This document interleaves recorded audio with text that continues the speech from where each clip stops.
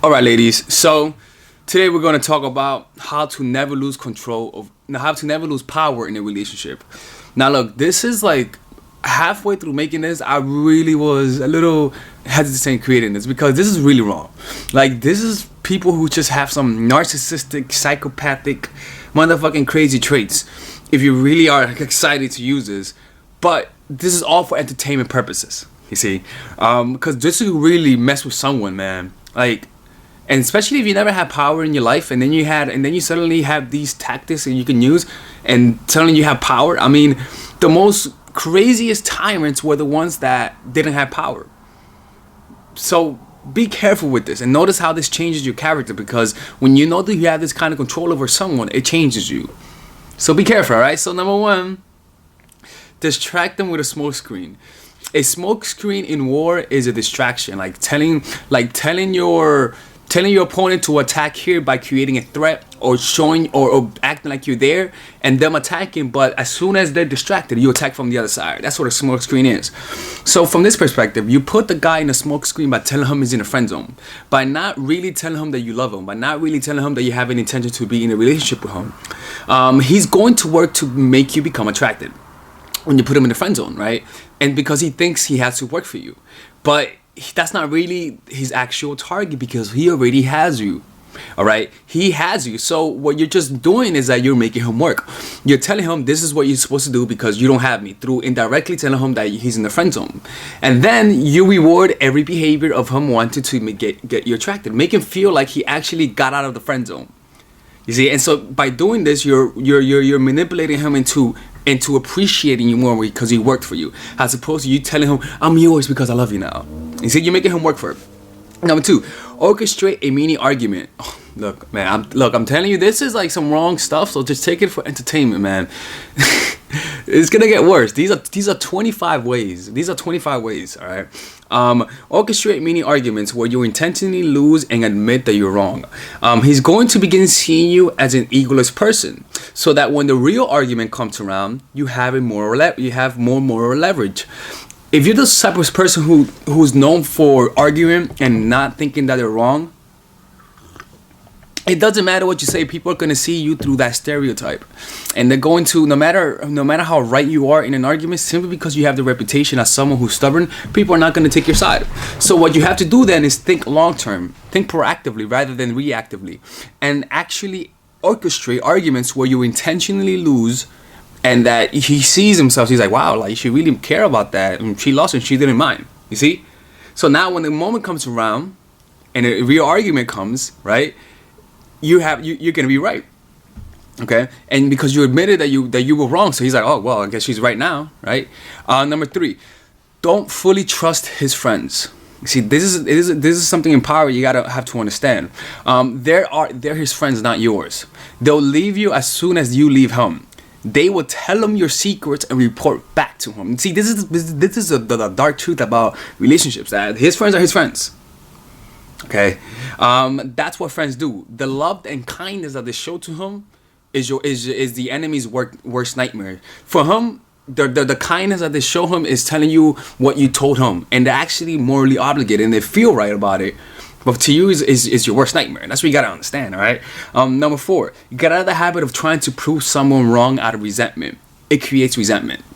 You know, when you're trying to be right and you're trying to shut him up by proving his points are wrong and invalid, and when he's wrong, it's gonna be like, okay, you're right, I guess. Like, even though you're wrong, you lost, because now he's resentful. Now he's looking for the next battle to win, and he's not gonna want to lose the next battle. See, now you're creating that little circle of I'm right. All right. Number five, selective confessions. Confess a wrongdoing and feel contrite. That will establish a reputation of being an honest person. The most important reputation that you can have is not powerful, it's not strong, but is honesty. Because when you have that reputation, then you can easily deceive someone. Oh my God. See, I'm killing myself right now, to be perfectly honest with you, with this. And so what's going to happen is that because you confess something that you did wrong, actively do something that's wrong that you know won't get you in trouble, but that you could act contrite. So he says, whoa, bro, like, oh, holy shit, like, you don't need to be, I'm sorry, like, you didn't do nothing wrong. But in his mind, he's like, wow, he's really an honest person. You see, like, for example, I had a buddy of mine who he used to buy weed from this one guy, and his strategy is that in the beginning, before on his first, when he buys from someone, he always tells them, yo bro, I think you gave me extra, I'm gonna come back and give you half of the money. Like tell him, like acting like, yo, you gave me extra, I don't feel this is right, are you sure this is right? He's like, yo, no, don't worry about it, that's the right amount. He's like, okay, my bad. But the dealer in his mind, he's like, wow, this guy's an honest person. See, now you establish a reputation, now you're on a different level. See, selectively doing that. Selective honesty. Reveal a secret or a weakness to let him open up. If you want a guy to open up to you, you want to open up first. Selectively open up and confess something that you did wrong in the past, something that you feel contrite about, something that could be seen as wrong. Selectively though, it doesn't have to be true, because if you confess something that's true, it can be used against you. That's why a lot of powerful people pay their secretaries a lot of money, because they know a lot of crazy shit about them. And knowledge is power when it comes to powerful people. All right, so selectively be honest and reveal a secret weakness. You see, so that he can open up. And once he opens up, once he feels like you're opening up, that means in his mind is like, oh, okay, I'll go open up to her. All right. And that's when he starts revealing his weaknesses that you could use against him. Oh, Lord. Have a fake weakness. Don't let him know what actually hurts you. You know, react to things that you don't find painful, simply so that he can have a target to code to the next time he tries to hurt you. You see, give him a false target and he'll never know how to hurt you. You see, like actively get mad when he talks about your father. I don't know, actively get mad when he talks about your father, right? And make that a fake weakness, so that when it's time for him to hurt you, he can't really hurt you because he doesn't know where to target you. All right. Use absence to make him miss you. Go see your parents for the weekend. Try to make him experience what it's like to not be with you.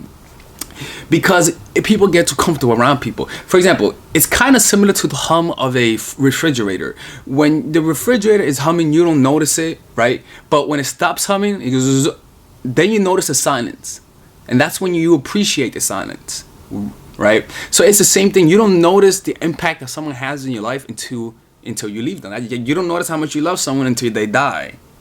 It's the same thing. You gotta use absence. So you can use absence, but don't do it in a way that's suspicious. Just say, look, man, I have to go to my parents, and you're gonna be with your parents. You can even text them and whatnot. But the point is, you want him to be alone for a day. And if you can't trust him being alone, then you got some other problems that you shouldn't even be watching this. Actually, no, fuck that shit. Keep watching. All right. Number 9. Have a lot of friends and have close relationships. Do not be emotionally dependent on your guy.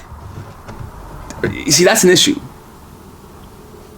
Especially if you were raised with no friends, antisocial, or raised to depending others, raised by overbearing parents.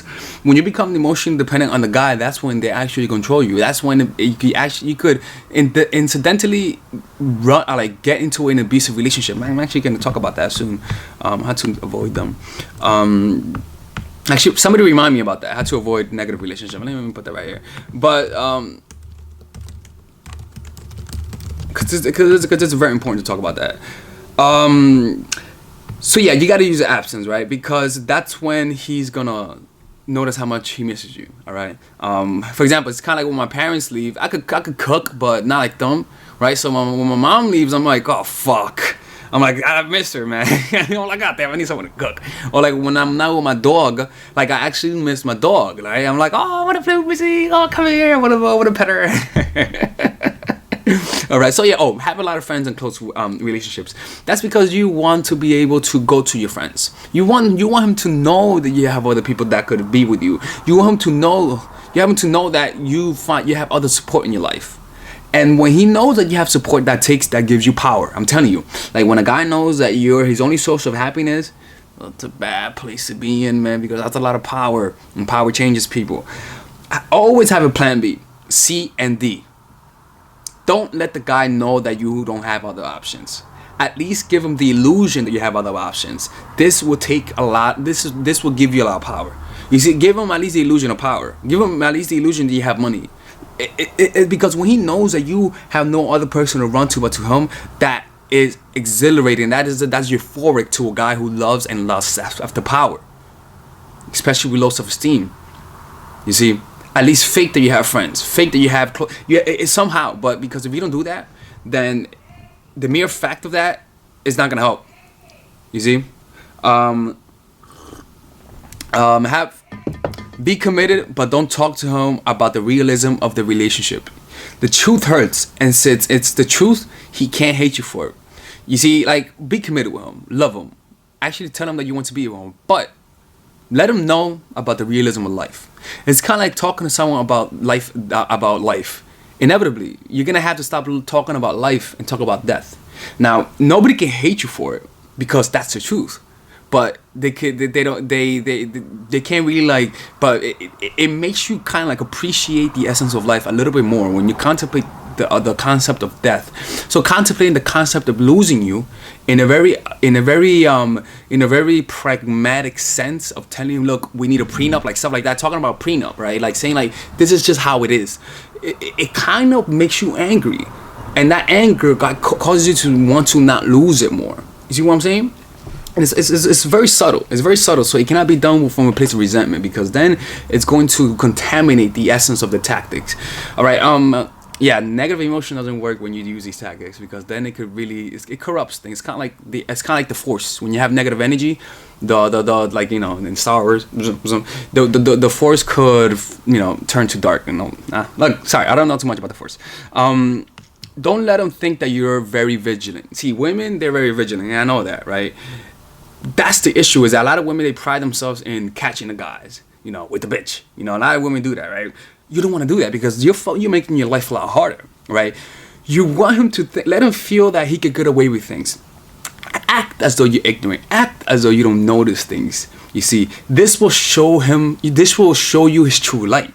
Don't be so hard on his phone habit. Let him fuck up. Don't be so hard at looking at his phone. Don't, like, let him chill for a while. When you're suspicious of something, back off. See, your enemy is not him, it's the emotions, because the emotions is going to make you want to confess him, you know. The emotions is going to make you want to go Jerry Springer mode on him. No, you want him to fuck up.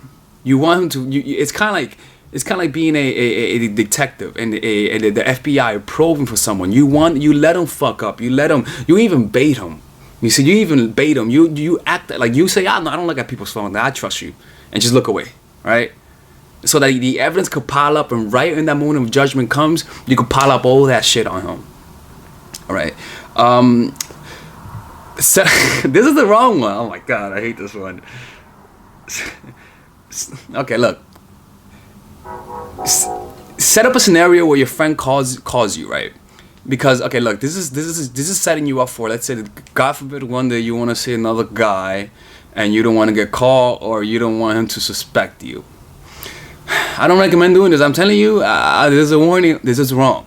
But if you want to save your ass, you want to think proactively. Again, a lot of people, when they fuck up and they try to fix it in that moment. The smartest ones are the ones that think ahead and prepare for fucking up. So, in the beginning, I want you to have your friend call you, your female friend, right? And make sure it's an unknown number, or even just a random number, right? Because even here it says, why do you keep getting calls from random people? You can make the excuse that I've always gotten calls from my cousins like that. You see, like, have the foundation of the lies, and have your cousin call you. And when your cousin calls you, you always want to leave the room, because that's what happened, right? Right? You always want to leave the room, right? And just talk by yourself, right? And so what's he going to say? Who the fuck you talking to? What are you doing? This is not normal. You want to make that normal for you. Right? And so when the moment comes, he's like, who the fuck you talking to? You're like, I'm talking to someone. Who the hell is that? I'm talking to someone. Who the hell is that? I'm talking to someone. I'm like, who is it? Look, she fuck his ass. So look, it's my cousin. See, talk to her. Hey, who's this? Who the fuck? I told you she's not cheating on you. Okay, leave her alone. Right? Now he's like, oh shit, I'm crazy. Now the next time that happens, he's gonna let you slide. And if something happens, 1 second.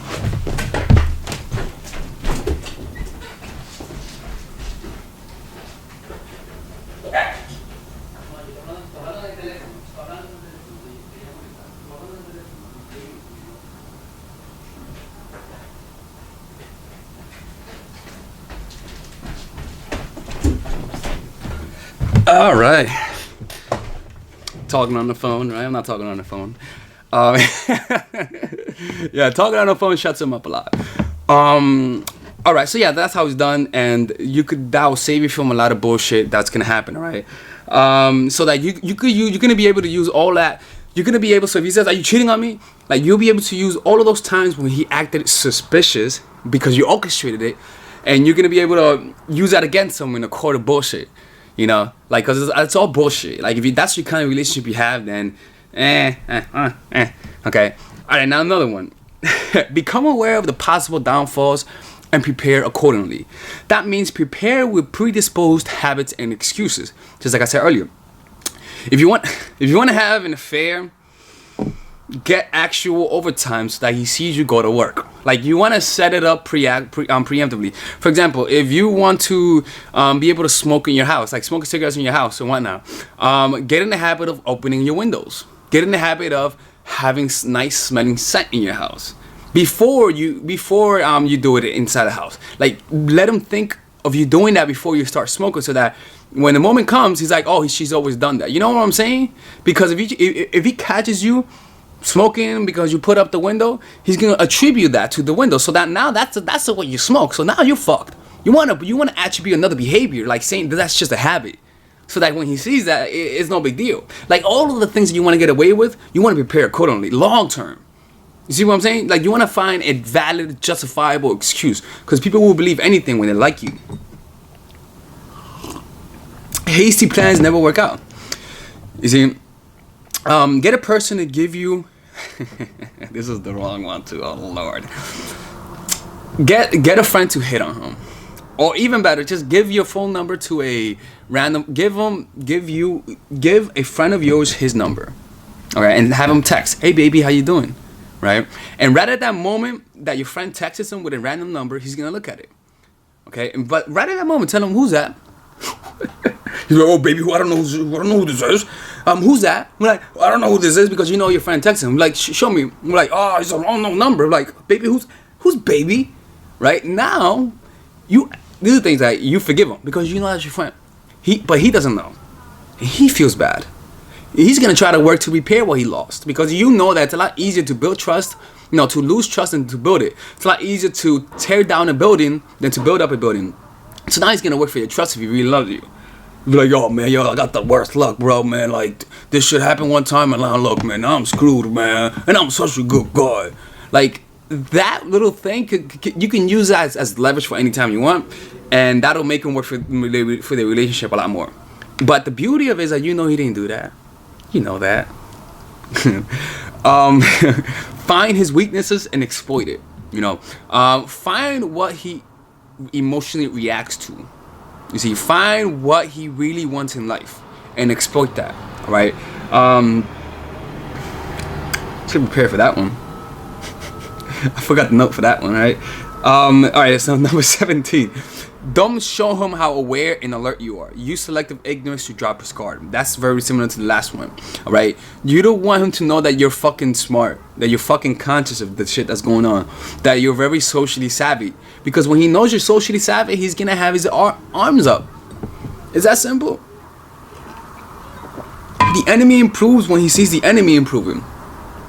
You want him to think you're in the primitive years mentally, like in terms of awareness, in terms of naiveness. You want him to feel like you're naive, so that he can actually be himself. Because people are themselves when no one's watching. You see, don't take anything for free. Pay half. This is a big one. This is also in life. Anything that comes for free, become aware that people can use that to guilt you, to use that as gratitude. All right, don't take anything for free. Because then people are gonna use that against you. You don't want that. Pay for everything. Don't like, if you're going out with him, pay half. If you do everything that happens, pay half as long as it's the actual input. Like if you're taking care of the kids, and then I completely understand. Look, that doesn't apply to that. But generally speaking, pay half. You don't want that. You don't want him to. You don't want to feel indebted to him. You don't want him feeling any indebtedness. And if you feel like you can't do that, then you want to work on that. You want to work on becoming financially secured for your own self. It's possible. Trust me, it's possible. You just gotta dare to dream it. Okay, I dare you to try. All right, and that's for a whole another different topic, right? I just have so much belief in people. Like, it's not that I believe in myself. It's just I just have so much belief in what's inside this noggin, and that's inside of your noggin too. Don't act perfect. Show selective weakness and imperfection. This is another one. Don't be the moral person, the one who's perfect. Intentionally show that you're human. Look, you may see me in this channel, I may act normal and human. You guys tell me that, right? But the reason why this is not something that I preconceive, that I think about. I practice. When you practice pickup, when you practice talking to girls, this is something you have to do. You have to let go of your ego. And so because I practice thousands and thousands of times in pressure situations, I'm able to show selective weakness in a way that looks effortless, right? And I'm not saying that I'm the best at it, because those guys are much better than me at this, but I'm just saying that it's possible. So you have to stop trying to be the perfect woman, the moral woman. You know, the woman who's only moving like 2 guys. You know, oh fuck that. I know the secrets. You want to stop doing that. You want to stop trying to play to an image. Now, play an image to a certain degree, but playing the image of the perfect person who has no flaws, that's the issue. And because that means you're just hiding the real parts in you, because everyone is flawed. In addition to that, when something looks too perfect, it's not real. Nature by itself has an inherent imperfection, an inherent chaos that has order, but has chaos in general. That chaos is the essence of things. So when something looks too perfect, something looks too orderly, it's not right. So when you come across too perfect, too politically correct, too rigid, too professional, we all know that's not real, and we all know that's a front. You see? And so when you come up too perfect, you put up people's guards, and people cannot be themselves around you. When you come off real and perfect, you're going to smell a bit, you're going to look a little bit off, but you're going to be easy to relate to. Learn sexual tactics. Look, man, you gotta have a special sauce. You gotta have a special sauce sexually, man. Like, the lure of pleasure is alluring, and that will keep a guy. If you give the best head, the guy's gonna be very difficult to let you go. Like, if you're the type of girl that likes having, I don't know, like another girl in the week, like actually like random threesomes, you're a unicorn. Like, if you're a girl who doesn't do anything in sex and then just a dead fish, or you're like just almost like every other girl. Like, if you want to stand out, have a sexual specialty. I know it sounds like fucking like Pokemon abilities, like this girl has this girl has a special effect, but sex is a fucking sport. I don't give a fuck. I always said porn stars are athletes. They're athletes to me, right? You watching a sport, and Pornhub is like the I don't know, like the ESPN of sports, right? You got the MJ of the group, Ron Jeremy, Janet Jameson. I don't know okay, I'm going up. But the point is that how the fuck did I start that? You want to have a specialty. It's a skill set. Sex is a skill set. Don't believe it's something you're born with. You're not fucking born with good head. Nobody's born with good head. Nobody's born with good gag reflexes. That's not something that you're born. Well, some people are, but that's not something you're born to. Imagine being born with good gag reflexes. She was born to blow. That girl was born. You imagine like the sex Olympics. Look at that blowjob. Oh, exquisite. Imagine. America's Got Talent for blow. Oh my god, they should have a show like that where people critique sex as it's happening. Oh my god, it could be called like Pornhub Red or something like that. Oh man, that's hilarious. Okay, know your enemy. When in an argument, reason won't win. When you're arguing with a guy, realize that the argument is not about the argument for the most part. The argument is about the points that you win in the long run. You see, a lot of relationships, that's all about I'm right and you're wrong. You see, when you're fighting that dynamic, you already lost because you guys are already enemies. It cannot be like that. So what you have to do then is, whenever you're trying to win an argument, you got to stop trying to reason with him. Arguments are counterproductive. Discussions are not. All right? Act as a spy, but be an enemy. Have a fake belief and slowly change it to convince him. For example, if you believe that Michael Jordan is the greatest player in the world, right? And you want to convince your friend that LeBron James is not the greatest player in the world, right? This is what you do. What do most people do? They try to convince him logically. So what do? You act like LeBron James is the best player in the world. You act like he's the greatest. You agree with him, right? few weeks go by, you see him break a couple shots, you see him break a couple shots, you see him choke in the finals, and then you start saying, yo, bro, I love LeBron, I know me and you are homies, but like, I don't know, man, this is, I don't know. It's this gradual progression, not the starting. No, you just, I don't know, and slowly but surely, you're gonna say, you know what I mean, like, I know I was with you, but like, yo, I think Jordan is the greatest of all time, man. I don't think LeBron is like LeBron. I don't think LeBron is that good. That gradual change of belief will convince him more than argument. It's smoother, less ego involved, and it'll convince him more. Like, and again, apply that to all of the things. Act like you believe what he believes, and slowly start changing it around. And this is something that could only be done with patience and thinking long term. Number 23, have your emotions in check. Don't raise your voice. If you feel defensive, notice it and do the opposite. Defensiveness is the killer of power and in relationships in general. Anytime when you're talking to the guy and you feel defensive and you feel like your belief system is opposed, drop it. Like any scenario that you feel defensive, drop it. Drop the defense. And just, it doesn't matter what's going on. Feel the defense, drop it. And that's going to save you a shit ton. And do the opposite of what that emotion is telling you to do. Number 24, praise the traits you want.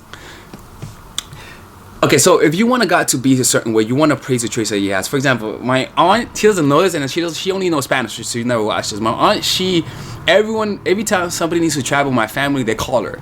And she happily looks for tickets on Expedia and other sites to buy tickets for days just to do them the favor. Now, how do we get them to do it? My family doesn't know what they're doing, but in reality, they always praise her as being the one that's able to buy the cheapest tickets. And they say, yo, Atagrasa, yo, like, I know that you, in Spanish, yo sé que tú puedes comprar los tickets más barato, búscamelo. And she'll be like, oh, yeah, I'll do it, right? And so that's encouraging her. That's feeding into an ego. And so she's willing to do it for free. So what you want to do then is find out what do you want. When you see him wash the dishes, fucking say, yo, I love when a guy does the dishes. My goodness, even grab his dick so he can feel good. Like, oh my God, the way you scrub that around, making Mr. Clean look like Joe Rogan, like stuff like that, right? And so what's gonna happen is that rather than trying to complain your way to a new behavior, you want to praise your way to a new behavior. Number 5, and that's the last one, fake confess a weakness so that he can confess his weakness to you. All right, and fake confessions are also good. If you want him to confess a weakness that he has, confess a weakness that you also have, and use it and make sure that it's not real, right? And again, it is all manipulative. I don't like that one, to be perfectly honest with you. I don't know why I included that one at the end. Let me see. What's another one? Yeah, that's pretty much it. There's 25 of them. I may make another video today. I may make another one. These notes are the notes that I lost the other day. Yesterday, I made them again, and it actually came out better. So expect another video today. If you guys are interested in one-on-one coaching, let me know. There's one more spot for the monthly coaching plan that I have. If you want to check it out, I have the link below. And that's pretty much it. Bye-bye.